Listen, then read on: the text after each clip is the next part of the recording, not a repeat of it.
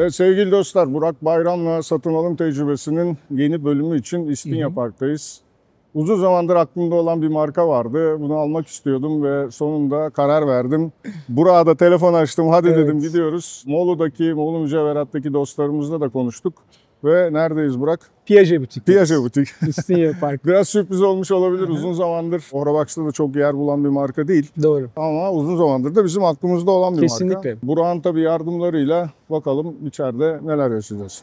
Ben özellikle Piaget'in Serdar'ın radarına girmesinden dolayı çok memnun oldum. 2016'da Piaget bir geri dönüş yaşamıştı. Evet. Ve ben o zaman fuardaydım. Bununla ilgili çok da güzel bir haber yapmıştım. Çok da sevinmiştim açıkçası. Biz fuara gittiğimizde her sene Piaget Butik'e uğrayıp Piaget'in özellikle işçilik konusunda, kadran işçiliği konusunda, kıymetli taş işleme konusundaki başarılarını görüp çok heyecanlanıyorduk. Bugün bir alışveriş yapıyor olmak gerçekten çok güzel oldu. Son dönemde dediğin gibi o kadar özel modeller yayınladılar ki Evet, inanılmaz. yani iyi bir saat tutkununun kafasının Kesinlikle. oraya dönmemesi de imkansız. Öyle. Yani. Bakalım. Peki gidelim bakalım. Hadi.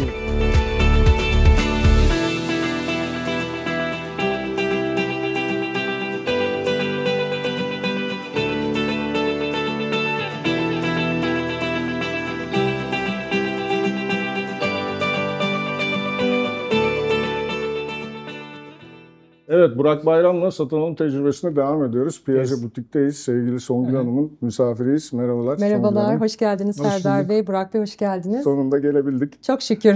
Sizleri butiğimizde ağırlamak bizim için büyük bir mutluluk gerçekten. Çok teşekkürler. Bizim için de öyle. Büyük bir keyifle Burada olmak. yardımcı olacağım Sağ olun. size. Ben aslında bugün Burak'ın da performansını merak ediyorum. Çünkü biz Burak'la çok uzun senelerdir beraber saat sohbetleri yapıyoruz. Ama Piaget'i de çok konuştuk desem yalan olur değil mi? Piaget'den bahsettik aslında. 2016'daki fuarda çok hoşuma gitmişti. Polo'nun yeniden doğuşuna şahit olmuştuk orada. Aynı zamanda Piaget'in fuar standlarını incelemek bizim için her zaman büyük bir keyifti. Çünkü saat modellerinin yanı sıra işte doğal taşlardan yapılan kadranlar, mücevher işçiliği, taş işçiliği mükemmeldi. Bugün Serdar'a güzel bir Piaget alma planımız var. Ama bakalım aklımdaki mi olacak yoksa sizin yardımlarınıza başka bir şey mi hep beraber göreceğiz. Zaten Serdar Bey'in saatlere olan ilgisi ve merakı, sizin de objektif bakış açınız bana şu an ekstra bir heyecan verdi. Dolayısıyla güzel saatlerimiz var. Marka çok güzel. Derin bir hikaye altında Piaget. Bütün detayları konuşacağız. Aklımda bir şeyler var tabii yani. Ben de gelmeden çalıştım. Ama kolay da değil yani. Nihayetinde benim de ilk Piaget'm olacak. Muhtemelen. Tabii bilemiyorum. Biraz Songül Hanım'ın da satış kabiliyetleriyle göreceğiz ne olacağını. Bir de bu arada bir butikte böyle bir renkler, her taraf enteresan yani. Evet. İçeri girince böyle bir bambaşka bir dünyaya girmiş gibi oluyoruz. Nedir bunun hikayesi? Yani bu özel bir tasarım hani sizden mi kaynaklanıyor, Piaget'den mi kaynaklanıyor? Arkasındaki hikaye nedir bu renkli tasarımın? Serdar Bey şöyle ki butikteki bütün arkadaşlarımız da çok hassas olduğumuz bir nokta var. Butiğimize gelen misafirlerimize kendi evlerindeymiş gibi bir hissiyat yaratmak, bunu hissettirebilmek, bu duyguyu karşı tarafa geçirebilmek. Bu bizim en hassas noktamız. Kapıdan içeriye giren her misafirimizin özellikle sorduğu bir soru içerideki ambiyans, şekil oyunları, renk oyunları, ışık oyunları çok ön planda ve biz bunu misafirlerimize dekor olarak da ve buradaki vermiş olduğumuz servis kalitesiyle çok fazla bir şekilde karşı tarafa bir nevi illüzyon böyle. Önce etkiliyorlar sonra satıyorlar özellikle saatleri. şu girişteki dolap Evet çok oraya eğlenceli. gideceğiz birazdan. Peki aslında hani ilk bana sunmak istediğiniz saat nedir? Onunla başlayalım. Ondan sonra Burak Bayram'ın da fikirleriyle devam edelim yani. İlk aklımdan geçen aslında Piaget'e geldiğimize göre fotoğrafolojiye uygun bir komplikasyon. Yani en azından grand complication olmasa bile Piaget'e özgü bir şeyler düşünmüştüm. O bakımdan ilk modeli öyle seçtim aslında. Yani Piaget'de bu tarz bir şeye gidince herhalde o ince saatlerden birine doğru gitmemiz lazım. Ne diyorsunuz? Şimdi burada koleksiyon olarak size sunabileceğim Altiplano çok zarif bir koleksiyonum var. Çok göz alıcı, hatta ultra ince mekanizmada ödül almış bir koleksiyon. Sizin de bu saatlere çok merakınız var biliyorum.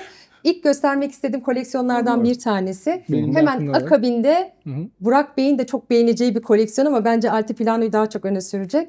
Polo koleksiyonu. Çok derin bir hikayesi var. Evet tabii yani polo. Güzel saatler var. Önce Altiplano'ları görelim. Ondan Tabii sonra ki. poloya doğru geçelim. Burak Altiplano biliyorsun bir incelik yarışı var. Bir başka bir marka öne geçiyor. Bir Piaget öne geçiyor. Bugün en iyi örneklerinden biriyle karşı karşıyayız. Kesinlikle öyle. Hatta bakıyorum evet Rose Gold versiyonu da var. Benim özellikle ilgimi çeken. Senin bu saatler hakkındaki fikrini bir alalım. Şöyle Altiplano aslında bu incelik savaşları 1970'li yıllarda başlamış gibi gözükse de aslında Piaget Piaget bunu 1960'lı yıllarda başlatmış diyebiliriz. 1957'de sadece 2 milimetre kalınlığında bir kurmalı kalibre yapıyor. 9P yanlış hatırlamıyorsam. Evet, doğru. Hemen 1960'ta da ondan birazcık daha kalın mikro rotorlu bir otomatik var. 1960 diyorum, Evet, mikro rotor ve rotor. otomatik diyorum. Yani daha hala kurmalı, elden kurmalı saatleri son derece konvansiyonel bir şekilde üretilip satıldığı yıllar.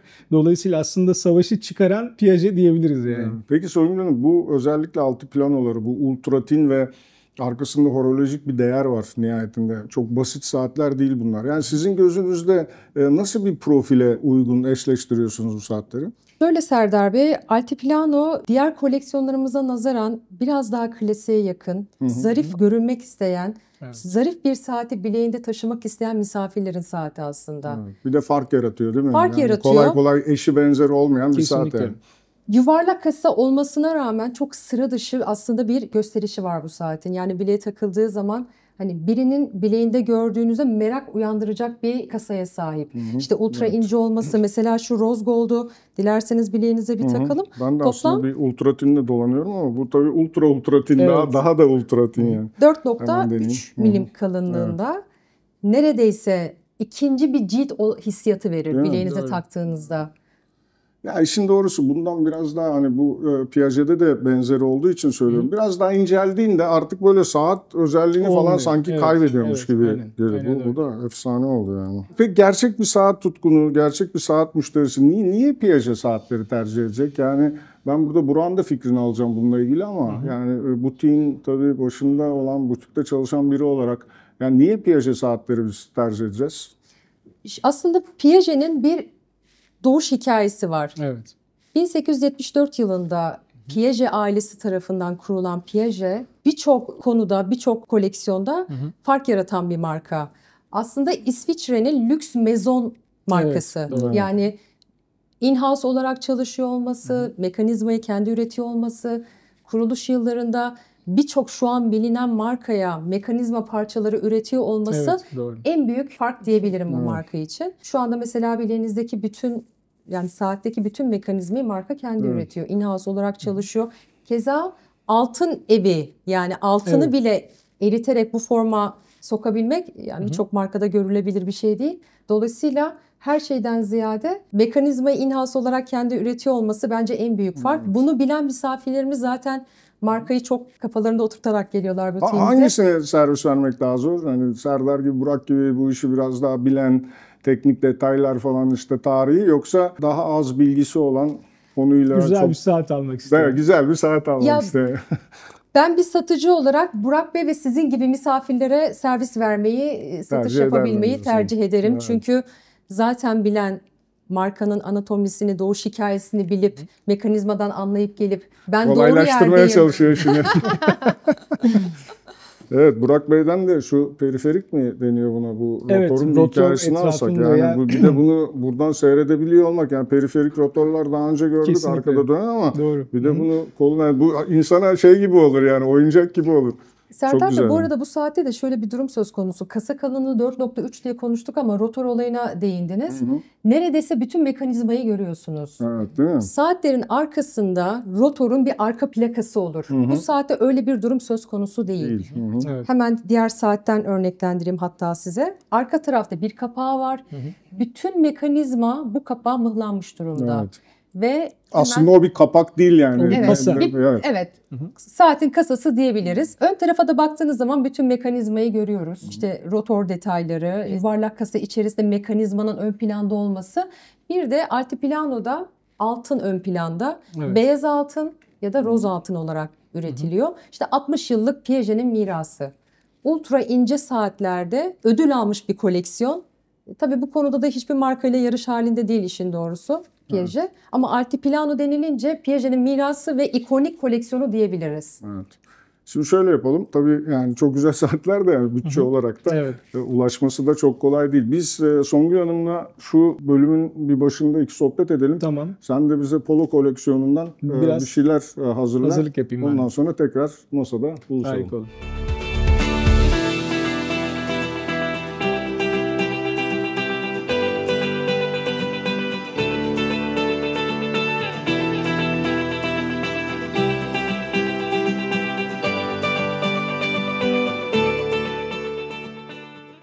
Evet Songül Hanım, butik gerçekten yani tasarımında nasıl bir süreç var bu tasarımın arkasında? Ne kadar sürdü, nasıl geldi, nasıl gitti onu bir öğrensek. Tabii ki Serdar Bey. Şöyle biz yaklaşık 1 yıldır buradayız. İstinye Park Butik olarak burada hizmet ediyoruz gelen misafirlerimize. Butiğimiz çok yeni olmasına rağmen çok fazla meraklısı var. Sizin gibi saat sever misafirler, saat koleksiyonlarını takip eden misafirlerimiz, ambiyanstan çok tabii ki markayı bilenler ziyaretimize geliyor. Burada içeriye giren misafirlerimizde şöyle bir hani nereye geldim hissiyatı oluşuyor. Çünkü içerisi çok renkli. İlk konuştuğumuz zamanda da aktarmıştım. İşte duvarlardaki desenler, renk ambiyansı, işte Deko Palas el işçiliğini duvardaki dekora yansıtıyor olması markaya tabii ki bir hava katıyor. Bu da kimliği diyebiliriz. Çünkü Piaget demek şekil oyunları, renk oyunları, ışık oyunları. Piaget'in kimliğini bu şekilde adlandırabilirim. Bu standta mesela size göstermek istedim. Değerli taşlarla, yani özellikle saat meraklısı olduğunuz için bunu size ekstra bir aktarmak istedim. Piaget değerli taşlarla saat kadranı yapabiliyor. Bu gerçekten bakın çok önemli bir detay. İşte Tiger Eye taşı, opali, yılan taşı, onyx'i gibi birçok değerli taşları kadranlarda kullanabiliyor. Biz de burada hatta görselimizde misafirlerimize sunuyoruz. Bu taşların en iyi kullanıldığı modellerden biri Andy Warhol. Evet. Hatta bir de son dönemlerde bayağı isim yapan Polo 79 var. Ama Doğru. biz bunları butikte göremedik. Yani ben bir saat tutkunu olarak Piaget butikten bu 2 saati herhangi bir modelini almak istediğimde ne yapmam gerekiyor? Şimdi şöyle doğru, Piaget'in en ikonik 2 saati diyebiliriz son zamanlarda. Evet. Polo 79 zaten Piaget'in hani unutulmayacak sürekli hikayenin başladığı tarih. Evet, hikayenin başladığı koleksiyon diyebiliriz. Şu an için butiğimizde mevcut değil, evet, çünkü bunlar özel üretime giriyor. Yani aslında sizin isteğinize bağlı. Butiğimiz yeni, çok fazla meraklısı var, çok fazla misafir ağırlıyor olmamıza rağmen butiğimize maalesef ki sergileyemiyoruz. Talep olursa... Ama bunun için butiğe gelip burada sizinle görüşüp talebimizi iletmemiz gerekiyor. Evet, peki doğru. Ben şimdi muhtemelen biraz sonra hazırlayacağınız sürprizlerle bir saat alıp buradan çıkacağım. Yani bu saatin satış sonrası garantisi, servisi, hizmeti nasıl yürüyor? Şöyle ki birçok markada 2 ila 5 yıl arasında garanti süresi varken Piaget burada da çok net bir şekilde farkını koyuyor ortaya. Bütün saatlerimizde 8 yıl garanti oluyor. Garanti kadın, kapsamında erkek, oluyor. tüm koleksiyonlar, bütün koleksiyonlarımızda hepsinde 8 yıl garanti kapsamında. Bu arada az önce Polo 79 dediniz. İçimden geldi. 2. saatiniz Polo 79 olacak. İyi, hadi bakalım. Peki o zaman hayırlı olsun. Geri dönüyoruz. Evet. Evet, Songül Hanım'dan bilgileri aldık. Burak Bey'in seçimleriyle beraberiz. Evet. Siz ne diyorsunuz Burak Bey'in seçimlerine? Burak Bey çok zevkli dedim ya. Burak Bey Teşekkür ederim. Objektif bakış açısı beni ekstra bir heyecanlandırıyor. Sizin de saatte olan merakınız. Evet. Şimdi Burak, biz tabii bambaşka bir dünyaya geçtik. Altiplanolar çok ekstra. Tamam, pololar da güzel ama ikisini yan yana koyduğun zaman 2 farklı dünya gibi. Yani sen hiç daha pololara başlamadan yani bana uygun gördüğün koleksiyon, bana uygun gördüğün model hangisi? Ben her ikisini de sana uygun görüyorum aslında. Farklı konseptlerde bakmak lazım. Bir tanesi bence Piaget'in özellikle ince saat konusunda ustalığını ortaya çıkarttığı 20. yüzyıldaki en iyi modellerinden bir tanesiydi. Altiplano. Bence çok önemli bir saat. Songül Hanım'la konuştuğumuz gibi aynı şekilde kasayı bir şekilde içini oyarak, tam manasıyla oyarak yapılıyor çünkü. Evet. Bir ana plak olarak kullanmak gerçekten mühendislik açısından müthiş bir deha, müthiş bir tasarım. Bundan bir örnek almanı isterdim. Onun için ilk önceliği onlara vermiştim. Fakat tabii Piaget deyince bir de işin içine Polo giriyor yani. Sonuçta 1979'dan beri entegre bilezikli lüks spor saat segmentinin en önemli oyuncularından bir tanesi. 2016'da tekrar yenilendi. Tekrar Piaget koleksiyonuna girdi. Bence mutlaka Polo'da bakılması gerekenlerdendi. Kendim 2-3 tane seçtim, getirdim. Şimdi nedir burada? 3 tane saatimiz var. Önce çeliği bir deneyelim. Tabii. Yani saati çok beğendim de bu deri kayış bilemiyorum. Hani bu biraz daha spor bir saat olarak görüyorum ben bunu. Deri kayışı ve şu katlanır klips, biliyorsun ben daha tokadan yana biriyim. Yani bu da olsun güzel ama yani bu kombinasyonda deri kayış olmasa bence benim kararımı daha etkileyebilirdi yani. Serdar Bey, Polo koleksiyonunda yani elinizdeki saat için ve diğer servis edeceğim saatler için hem değiştirilebilir toka hem de kayış seçeneği mevcut. Deri kullanmak istemezseniz kauçuk ve kauçuk olabilir. Bileğimdeki gibi. Yine Polo koleksiyonuna ait bir saat bileğimdeki. Rubber olabilir ya da çelik bilezik takabiliriz. Markanın güzel yanlarından biri o. Şimdi geldin kendine saat alıyorsun. Hemen Evet. bir tane de eşini alacaksın. Eve gittiğinde sorun çıkma ihtimalini biraz düşüreceksin. Evet sevgili dostlar buradan söylüyoruz. Gelip Piaget saatinizi aldığınızda eşiniz için de çok güzel seçenekler burada mevcut yani. Polo koleksiyonun çok güzel bir avantajı diyebilirim. Evet. Beyefendiler için 42 milim, partnerleri için 36 milim. Evet. Tam bir eş koleksiyonu diyebiliriz. Günlük hayatınızda kullanıyor musunuz siz bu saati yoksa sadece butikte mi takıyorsunuz yani? Bana göre polo koleksiyonu çok zarif, çok göz alıcı. Hem klasik, hem spor, hem şık bir saat. Günlük hayatta çok rahat kullanılabilecek bir saat. Evet. Kısıtlayabilecek bir model değil. Evet, süper. O zaman ikinci seçenek Kronograf. kronograf. Yani bu komplikasyonu sevdiğini biliyorum. Her zaman konuşuruz. İşte dersin metro 2 durak arasını tutuyorum falan. Biraz eğlenceli bir komplikasyon senin içinde. Bir tane gör istedim. Aynen. Bakalım ne düşüneceksin. Yalnız bu da nasıl bir renk kombinasyonudur ya. Harika ya. Hafif Peki bir panda var. genelde sizin butik ziyaretçilerinin hani polo koleksiyonunu düşünürsek daha böyle düz üç kollu versiyona date'e mi gidiyorlar yoksa kronograf da ilgi görüyor mu? Ya aslında şöyle, gelen misafirlerimizin isteğine bağlı bir durum. Zaten Piaget'i çok severek, çok beğenerek geliyorlar. Saat meraklısı olan misafirler. Yani kronograf alacağım deyip date'e giden de var. Date alıp alacağım deyip kronograf alan da var. O biraz kişiden kişiye değişiyor işin doğrusu. Bileğe takınca nasıl Biraz hissettiğin da Songül Evet. Hanım'ın gününe göre değişiyor. Ben buna neyi satsam falan diye. Oo bu da çok iyi ya. Rengi çok hoş, çok Bir dakika güzel. şimdi. Yani ben daha böyle date tarafındaydım ama bu renk kombinasyonuyla kronograf da çok güzel durdu değil mi? Kadran rengi içinde Piaget'e has bir ton diyebilirim. Evet. Biraz barut mavisiyle gök mavisi arasında bir renk geçişleri var. Ya tabii bir de polo koleksiyonunda hani en dip konu nedir, nokta nedir diye soracak olursanız da polo için 4. kuşak Yves Piaget'in çok kısa bir cümlesi var. Onu size aktarmak isterim. Müşterilerimiz eskiden takım elbiseyle de takabilecekleri bir saat arayışındalardı. Öyle ki artık spor bile yaparken zarif olmak istiyorlar. Suya dayanıklı, darbeye Evet. dayanıklı, gündelikte çok rahat takabilecekleri zarif bir saat. Doğru. Polo'nun doğuş hikayesi budur diye bir söylemi var. Biz hep bunu misafirlerimize aktarıyoruz. Yani hem spor hem şık, takım elbiseyle kullanabileceğiniz, günlük kıyafetinize takabileceğiniz modeller. Şekil içinde şekil. Bazen bir kasa benzerliği oluyor. Gelen misafirlerimiz bunun mukayesesini yapabiliyorlar. Yuvarlak kasa, içerisinde yastık kesim var. Kasa yuvarlak, içerisinde yastık kesim, şekil içinde şekil ve yine ince bir mekanizmaya sahip. Kasası çok ince. Kronograf Da. butonların hissiyatını gördün mü? Bizim öyle bir takıntımız var Burak'la senelerdir. Bütün kronograf saatlerin hep buton hissiyatını böyle ölçüyoruz. Burada çok yumuşak, çok başarılı bir...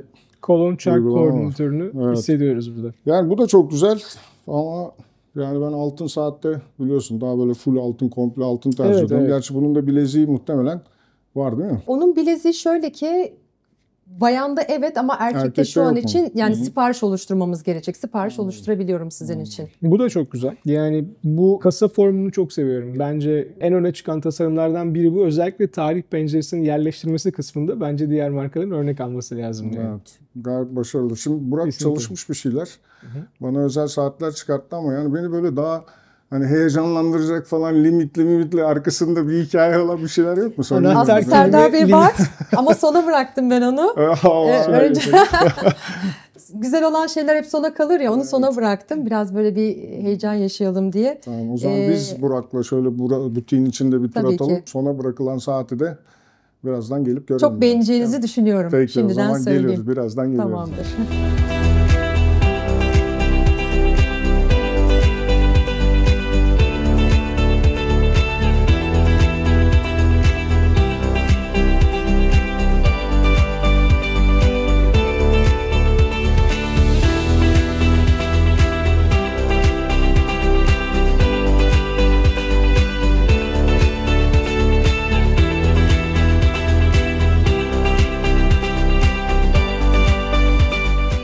Butik çok güzel Burak. Yani bir dolandık geldik. Gerçi ben tabii Harika. butiğe de çok bakamadım heyecandan ne Evet. göreceğime dair. Ama gerçekten çok iyi tasarlanmış. İçeri girdiğim zaman. Bir de burada ne dikkatimi çekti? Birçok butikte ışıklandırma bizim böyle fotoğraf çekmemizi falan engelliyor. Yani Mani burada olacak öyle şekilde. bir şey yok. Burada gerçekten çok kaliteli bileğimizdeki saati güzel gösterir. Fotoğraflar çekebildik diyoruz ve Songül Hanım'a Dönüyoruz. Evet. Serdar Bey, sizde çok fazla heyecan uyandıracak saati hazırladım ama onun öncesinde size aktarmak istediğim bir şey var. Songül Hanım tek başına zaten butiğe gelmek için bir Evet, sebep yani. Teşekkür ediyorum. Çok Evet. sağ olun. Evet, burada da enteresan bir şey var. Ne Renkli yapıyoruz taşlarımızı burada? görünce ne hissettiniz? Öncelikle bu soruyu sormak istiyorum. Şu renkli taşlar sizde ne uyandırdı, ne hissettirdi Yani size? bu zaten Piaget'in, butiğin, ortamın genelinde bu renklerin insanları etkilemesi diye bir şey söz konusu. Burada da böyle değişik bir görüntü var yani. Evet. Şimdi burada misafirlerimize Piaget'in el sanatının, işçiliğinin nasıl ön planda olduğunu, bunun ne kadar önemli bir detay olduğunu aktarmak adına mıhlama Evet. Bir oyun mu hissiyatı oynuyoruz veriyoruz. burada? Evet. Oyun diyelim, Hı. Ufak keyifli bir demo. zaman diyelim, bir hobi diyelim. Nasıl yapılıyor peki bu arada? Şöyle aktarayım size. Lüks tüketimde son zamanlarda dediğim gibi el işçiliği çok fazla ön planda olduğu için Evet. misafirlerimizin keyifli bir zaman geçirmeleri adına burada bu konuyu Böyle bir ele aksiyon alıyoruz. yapıyoruz, Bir bir aksiyon, aktivite evet. yapıyoruz yani. Aktivite yapıyoruz. Evet. Değerli taşları, mesela hemen burada bir gala koleksiyonu var. Gala saati var burada. Bakın hemen bezelinde, kasasında renkli safirlerle, taşlarla bir Şöyle mıhlama bir yapılmış. şablon olduğunu gösterelim yani. Bunun aynısını mı yapmak zorundayız yani? Birebir aynısını yapmak zorunda değilsiniz. Kendi saatinizi dizayn edebilirsiniz. İstediğiniz renkleri yan yana getirebilirsiniz. Bir renk kombinasyonu yapabiliriz. Bu size kalmış bir şey. Hatta çok kısa bir Valla ben deneyimlerinizi... yapmak isterdim ama şu an gözüm benim öbür tarafta. Peki. Yani bu Çok aslında haklısınız. çok güzel bir aktivite ama öyle bir yerde yakaladınız ki beni. Yani daha böyle konsantre sürekli olduğum buraya farklı bir bakıyor. nokta var ya. Gösteriyorum o halde Evet, saati size. bekliyoruz. Gözlüğümü de taktım. Evet. Favori rengin? Evet. Serdar Bey, renkli saatlere merakınız var. Ben de öyle bir hissiyat yarattım. aynen Sizi öyle. öyle tanıyor biliyorum. Yine Polo koleksiyonundan Polo Field saatini göstereceğim size. Özellikle sona bıraktım çünkü çok beğeneceğinizi düşünüyorum. Burak Bey ne düşünür bilmiyorum ama Bence de bu sefer oldu diyorum ben. Tamam. Yani bu tabii çıktığında bunu bir görmüştüm ama yani canlı olarak ilk kez görüyorum. Evet, kadranda farklı bir tasarım var burada. şimdi niçin bu saat yeşil diyeceğiz? Bundan evvel görmüş olduğumuz saatler Polo Date diye geçerken bu elinizdeki saat Polo Field. Field. Evet. Neden Field? Polo sahası demek. Evet. 79 senesinde yine bu saat üzerine verebileceğim çok güzel bir örnek var. New York 5. Cadde'de polo oyuncuları kırmızı halı üzerinde kutlama yapmışlar ve at sürmüşler. Bu da bir kutlama haline gelmiş polo koleksiyonu için. Kolunuzdaki saat de tam bir polo sahasını andıran. Evet. Hatta kadran rengine baktığınız zaman 2 tane yastık görebileceğiniz bir saat modeli. Diğer saatlerle özellikleri aynı bu arada. 42 milim çelik kasa, değiştirilebilir kauçuk bilezik. Yine aynı şekilde Bunu deri ben ve değiştirmem ya. O kadar yakışmış ki. çok güzel saat. Çok güzel. Aynı zamanda süper liminova özelliği var indeks ve ibrelerde. Yine gece çok fazla bir şekilde o parlaklığı ve canlılığı hissediyorsunuz Harika. saatte. Songül Hanım golü attı. Bu arada Serdar Bey birazcık uzaklaştığımda renk biraz Renk siyaha değişiyor, kaçıyor. değil mi? Tabii ki. Siyahtan yeşile, yeşilden maviye. Evet. Ama çok detaylı Yanar baktığınız da. zaman Çok güzel. Bence zaten her ortamda yemyeşil olmaması daha iyi. Yani. Biraz ağırbaşlı olması iyi.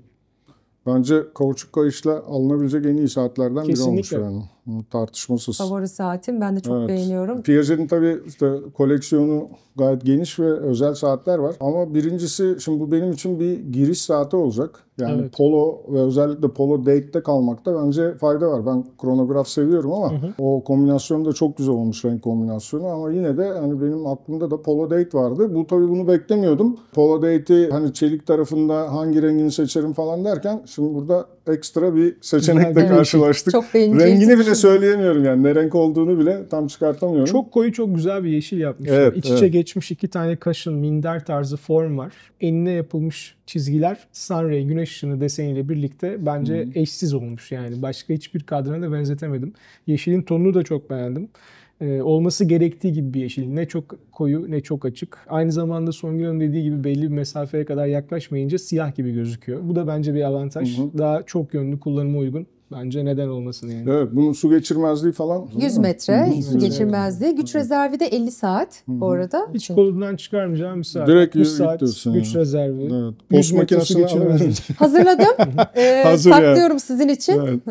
Peki bunu hani ben aldım gittim. Benden sonra birileri de bu saatte almak isterse ne oluyor? Bu devamlı stokta bulunan bir model mi yoksa? Aslında şöyle Serdar Bey, dediğim gibi koleksiyonlarda limitli olarak mesela polo koleksiyonu 400 adet limitli olarak üretiliyor.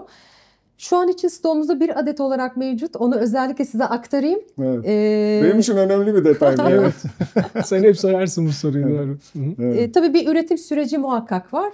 Direkt İsviçre ile görüşüp talebi olan misafirlerimize.